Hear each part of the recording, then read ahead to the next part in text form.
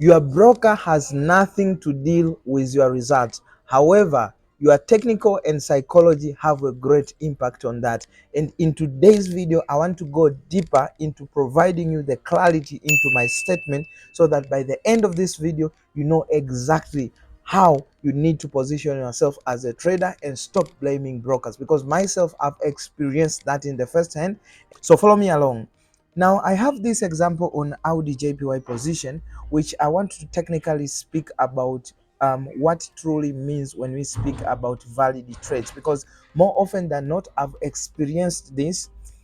Most people are not quite so clear on how does a valid trade look like and what does a high probability look like. And in my other video, I already touched on that. So in today's video, I want to touch more specifically into the validity of trades. Let's take on Audi JPY.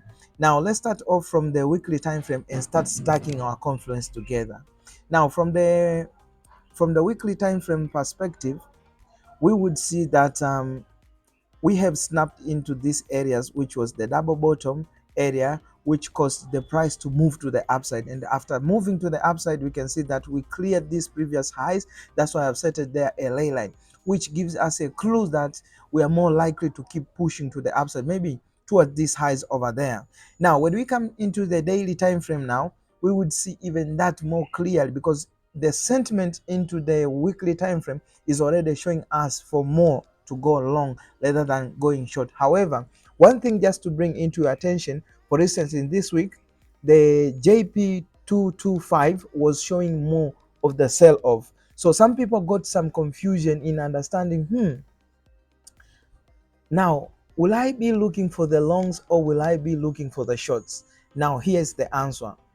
Whenever you have those doubts within yourself, that is what we call a validity trade, meaning that it can play to the upside or it can play to the downside. So you are kind of neutral. However, it's your duty now to understand the validity of it in going long and the validity of it in going short. So I'll explain. Now here in the daily time frame, if we are about to go long, we can see that we already cleared these previous highs with this particular impasse, and then this reversal structure, which is in a state of a continuation, is showing us more of the buys or pushing to the upside, because as here we can see we had that first touch, we had second touch, we had that particular third touch with this particular clear middle section.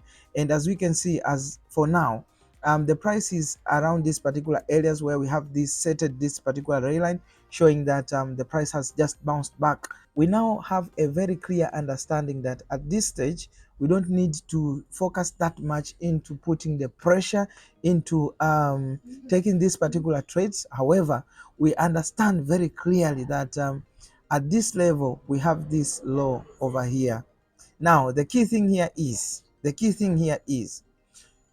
whenever you are looking into these particular positions, okay, when you are looking this particular position, your ability to stack this position and these conferences is what will set you apart from any average trader. So for instance, for me, I already know this trade within itself is quite so neutral. So the key thing over here is understanding how will I position myself in going long and how will I position myself in going short. So in going long, I already understand that the price has already retested on the back end of this particular price and in this form of a reversal structure, which is giving me an edge to keep pushing to the upside. However, in going short, I already know this particular last candle in the daily time frame is already a momentum candle. So when I move into the H4 time frame, it will print a different picture. It will give me a different clue at this point. Now, which kind of clue?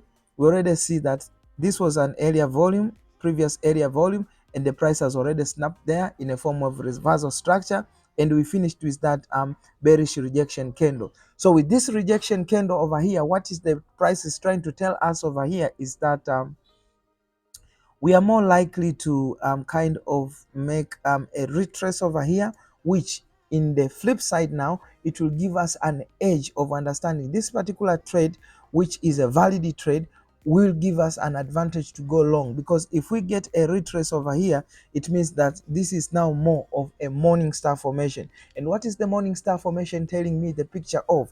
It's giving me an advantage or a clue that we are likely to push to the upside. However, on the flip side now, if I am about to go short just based on the JP225, which is the index that normally gives the direction into yens, is this. Over here, we have a clear impasse, and over here we had this double top formation, which was in a V shape formation, gave us a clear clue with this impasse. And now over here to the downside, we will be waiting for that clear continuation for us to still proceed to the downside. So I already understand clearly, if I'm looking for the shorts, what are the main things that I need to focus on? And if I'm going for the long, what are the things that I mainly need to focus on? Now, in the long scenario, if I want to go long, then at this stage, I'll just have to wait for the price to retrace, meaning that I have to wait for a push up and then a clear continuation from the 1 hour for me to take that to go long. Now let's move into the 1 hour and then look for our entries, because as for now we are very clear, because I told you the daily time frame has already mitigated all the risk into us in understanding the probability of this particular trade. And we already understand what does validity trade means. A validity trade means that we have probability of running 50-50, either into the upside or to the downside. Now it comes just down to you to get prepared in understanding those particular details, which will give you the upper hand in understanding. If you are going short, what are the things to focus on? If you are going long, what are the things to focus on?